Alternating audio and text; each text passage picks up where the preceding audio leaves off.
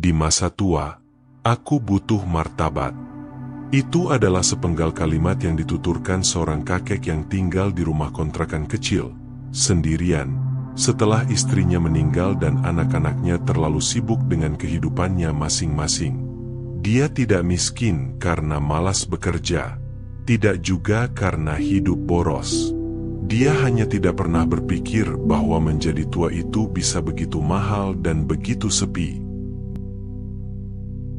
Dulu dia yakin anak-anaknya akan merawatnya. Dulu dia percaya cukup hidup sederhana dan bahagia. Tapi hidup tidak seideal itu. Hari ini, kita akan menyusuri realita yang jarang dibicarakan. Mengapa orang tua harus kaya? Mengapa kita harus menyiapkan kekayaan bukan hanya demi anak, tapi juga untuk harga diri sendiri saat usia sudah tak muda lagi? 1. Cinta saja tidak cukup. Anak bisa mencintai orang tuanya, tapi tetap saja tak mampu merawat. Menantu bisa hormat, tapi tetap tak nyaman tinggal serumah. Cucu bisa sayang, tapi tak mengerti mengapa kakek neneknya selalu merasa tidak dianggap. Dan semua ini bukan karena mereka jahat, tapi karena realita hidup mereka pun tidak mudah. Anak-anak kita hidup dalam tekanan, membayar rumah, sekolah anak, cicilan kendaraan, belum lagi tuntutan karir dan kehidupan sosial. Di tengah badai seperti itu, kehadiran orang tua yang masih bergantung secara finansial bisa terasa sebagai beban, meskipun tidak dikatakan secara langsung. Karena itu, orang tua harus punya pegangan, harus punya kekuatan ekonomi. Bukan untuk pamer, tapi untuk tetap bisa berdiri tegak dan tidak kehilangan martabat di mata anak-anak yang dibesarkannya. 2. Supaya tetap bisa memberi, meski rambut sudah memutih. Bayangkan ini, seorang nenek diam-diam menyelipkan uang jajan ke tangan cucunya saat lebaran. Senyum anak itu begitu lebar, dan sang ibu pun tersenyum, meskipun sebenarnya keuangannya sedang pas-pasan. Itulah kekuatan memiliki kelebihan meskipun di usia senja. Banyak orang tua ingin tetap merasa berguna. Mereka tidak ingin hanya duduk di pojok rumah, menunggu disuapi, dan menerima sisa waktu anak-anak mereka. Mereka ingin tetap bisa memberi, entah dalam bentuk makanan, perhatian, bahkan uang saku kecil. Tapi bagaimana bisa memberi jika tak punya apa-apa? Menjadi orang tua yang kaya bukan soal gengsi, tapi tentang menjaga semangat hidup dan kebahagiaan memberi. 3. Karena usia membawa penyakit, dan penyakit tidak pernah murah. Usia adalah perjalanan yang pasti membawa kerentanan. Sendi mulai nyeri, mata mulai kabur, jantung tak lagi sekuat dulu. Dan satu hal yang tidak berubah dari masa ke masa, biaya kesehatan sangat mahal. Banyak orang tua di pelosok Indonesia memilih menahan sakit. Bukan karena pasrah, tapi karena tak ingin jadi beban.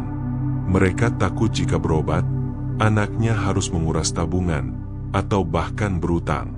Bayangkan luka batin itu, sakit secara fisik dan juga menanggung rasa bersalah. Padahal jika punya simpanan, atau tabungan pensiun, atau hasil investasi, mereka bisa memilih pengobatan terbaik tanpa ragu. Mereka bisa sembuh tanpa menyakiti siapapun. Mereka bisa tua dengan tenang. 4. Tidak semua anak bisa menerima orang tua tinggal bersama. Ini adalah kenyataan yang pahit. Banyak orang tua merasa asing di rumah anaknya sendiri. Menantu tidak nyaman, cucu merasa ruang pribadinya terganggu. Anak terlalu sibuk untuk sekadar bertanya, "Ibu mau makan apa hari ini?" Akhirnya, orang tua jadi penghuni diam di rumah yang ramai. Duduk di pojok, menyetel TV tanpa suara, menunggu waktu tidur tiba. Tapi kalau orang tua punya uang, mereka bisa tinggal sendiri, menyewa rumah kecil, atau bahkan tinggal di panti lansia yang nyaman. Mereka punya pilihan, dan itu hanya dimiliki oleh mereka yang mampu secara ekonomi. 5. Karena masa tua adalah waktu untuk menuai, bukan bertahan hidup. Seharusnya masa tua adalah waktu yang indah. Bangun pagi tanpa tergesa, menyeduh teh, membaca koran, berjalan pagi, bermain dengan cucu. Tapi coba lihat sekeliling kita. Banyak orang tua yang masih harus bekerja keras di usia 70 tahun ke atas. Jualan kue di pinggir jalan, menjadi tukang parkir, menyapu masjid, atau lebih menyedihkan lagi, mengemis. Bukan karena mereka tak mau berhenti, tapi karena kalau berhenti, mereka tak bisa makan, tak ada uang, tak ada jaminan, tak ada yang bisa diandalkan. Menjadi tua seharusnya tidak sesulit ini, dan solusinya bukan hanya punya anak, tapi punya tabungan, investasi, dan persiapan yang matang. 6. Agar bisa hidup tenang, bukan penuh ketakutan.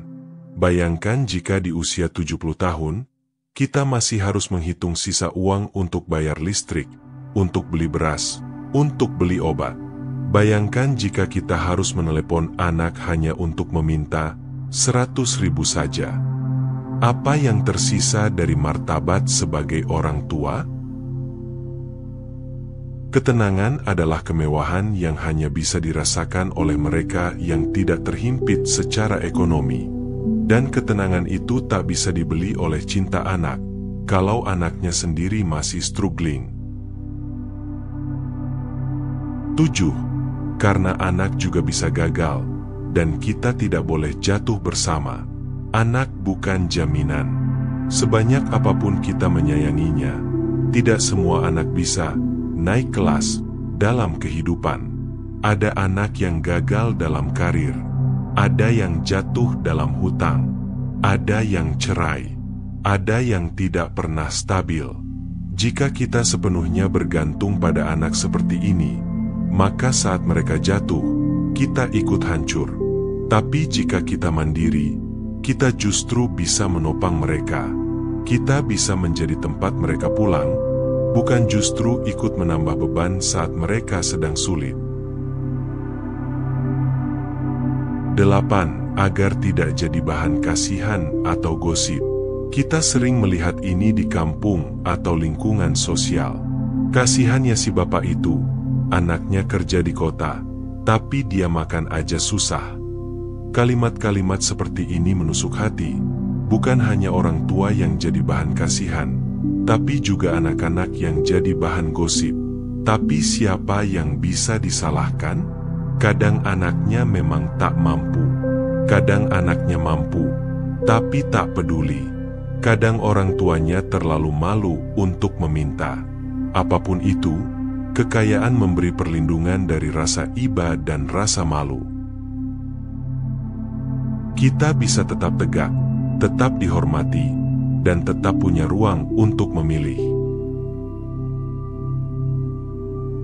9. Karena hanya dengan uang, kita bisa punya waktu untuk diri sendiri.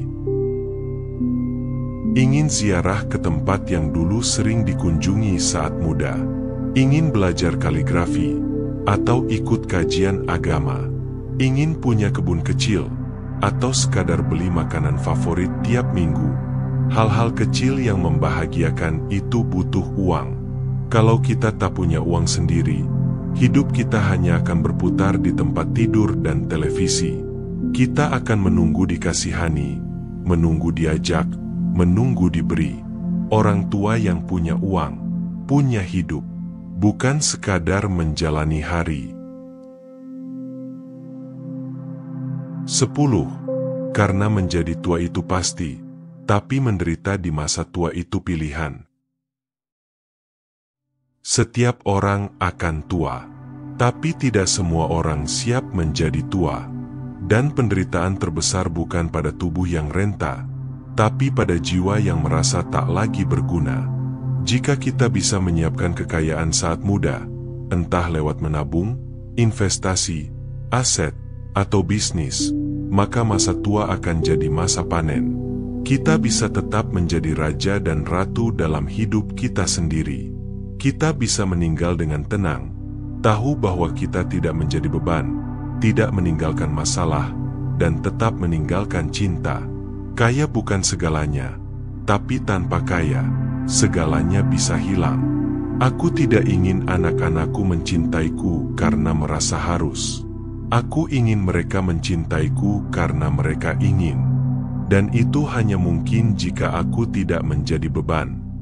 Menjadi kaya bukan berarti tak percaya anak, tapi justru karena kita tahu, anak kita juga manusia. Mereka punya batas. Mereka punya hidup sendiri. Jadilah orang tua yang bermartabat, punya pilihan, dan tetap bisa memberi kebahagiaan bahkan di usia senja. Kaya bukan tentang angka di rekening, tapi tentang kemerdekaan dan ketenangan hati. Demikian video kali ini. Semoga bermanfaat untuk menjaga kesehatan di hari tua, sehingga apa yang menjadi impian di usia senja kita untuk hidup sehat dan bahagia bisa terwujud. Jangan lupa like jika suka dan tulis di kolom komentar untuk ide atau saran yang ingin disampaikan. Terima kasih sudah menonton. Sampai ketemu di video selanjutnya.